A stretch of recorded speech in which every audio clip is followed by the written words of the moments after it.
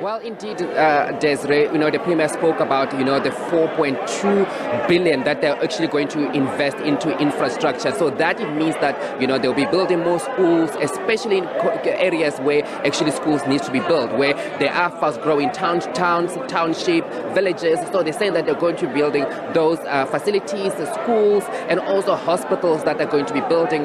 You mentioned 2 hospitals that are going to be building, a tertiary hospital that is also going to be built in Emalahleni, the Lina Malaji Tertiary Hospital. She also mentioned a lot about they're going to ensure that they help the youth, especially when it comes to youth unemployment, to ensure that the youth are also being encapsulated into the job market. Remember that the province has about 4.8 million people, but all those people, some of those people are not working. Unemployment is quite high in the province. But let's speak to the DA's chairperson in the province, Jane Setole. Just your reaction, Mayor, with the speech that the Premier has given this morning. What was your highlight? In terms of the things that were announced today, again, new projects are emerging. The Premier has promised to create 90,000 job opportunities for the youth. We will monitor that project because indeed, if we achieve that, we would have achieved something significant. We have a high learner dropout in Mpumalanga, and the Premier has promised to put measures in place to ensure that we don't continue to lose learners that don't complete grade 12. There are other things, of course, that we expect, which she did not mention, like the international fresh produce market, which she mentioned every year, and today she did not give us an update. Where are we with that project? We have also got the school for the deaf, which has been mentioned for the last 12 years, and today and last year she did not mention it, and she did not say anything about it. I was expecting the Premier to say something about the gender-based violence crimes that have increased in Mpumalanga, because the number is really increasing in an alarming rate, and we were expecting the Premier to say something about that. We're also expecting the Premier to lay out a plan in terms of how we're going to assist those that have been affected by the floods and those that have lost their homes. And we know schools in Bushbuckridge have closed, clinics have closed, and people can't get to work. So we're hoping that she will say how she's collaborating with the national government to alleviate that and to ensure that the people that are homeless don't stay like that for long, and also children can get to school. She did mention the issue of the infrastructure in the province. It is a pity that national government ended up taking money from our province that was meant for infrastructure projects, which means that our Department of Education and our Department of Health did not utilize that money, and National Treasury was forced to take it back. As a province that, like ours, that is poor and our infrastructure is falling apart, we find that very disappointing. In terms of service delivery, she never really mentioned a lot about service delivery, and we've been hearing complaints from communities protesting about service delivery. Roads are bad. Also, rubbish are not being collected in some of the township, and everything is like falling apart, as you say. But she didn't mention that. Were you disappointed?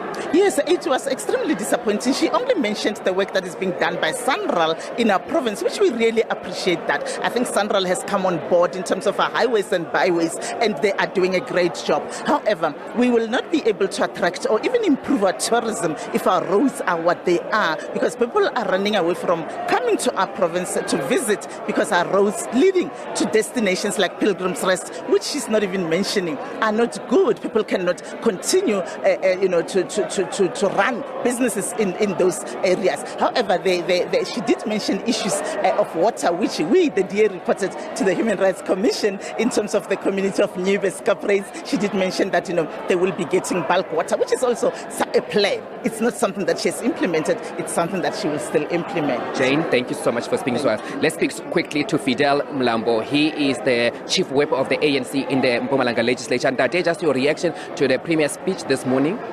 Look, we are excited, we are delighted, we are happy, because this speech, according to me, it was a report back on the commitment that the Premier, who is an African National Congress deployed Premier, made last year in terms of all the commitments that she made.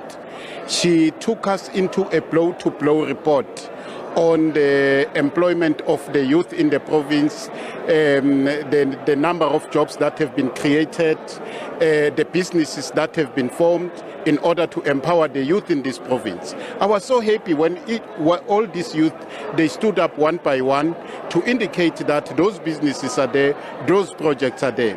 But I'm also happy with regards to the progress that have been done in terms of the construction of the tertiary hospital in Emalahleni, because that hospital, at its completion, it will not only serve the people of Emalahleni, it will serve the entirety of Nkangala and the entirety people of Mpumalanga.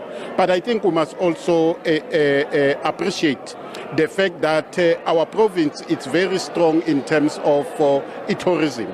And from the speech of the Premier, it is clear that we have invested a lot in ensuring that we construct all the facilities that are able to serve the tourists when they come to the province. But we have also invested a lot in terms of ensuring that we attract tourists to come to the province. It is against that background that we must appreciate the initiative and the construction of the project at the God's Window that would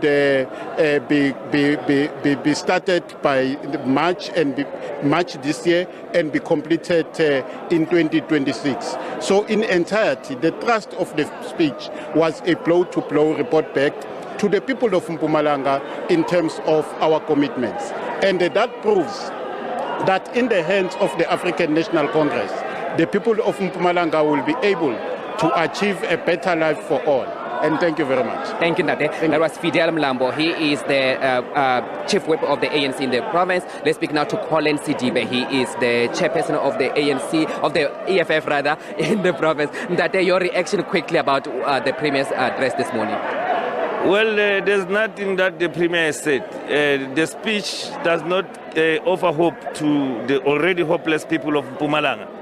I mean, how does she come here and tell us about a five-star hotel? How does the five-star hotel benefit the people of Mpumalanga? Because the five-star hotel only benefits government and business people because they are the one who afford to sleep there.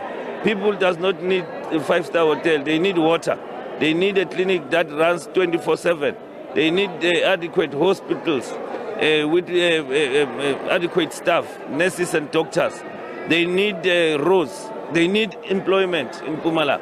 She didn't touch the issue of the coal mines that her government is planning to close, and which will result in thousands of job losses. How is it going to keep that and make sure that those coal mines are not closed because people will lose their jobs? She didn't touch anything about that. So she's telling us about a straight flight from Germany to Kruger International Airport and from Kruger International Airport to Germany. How does it benefit us?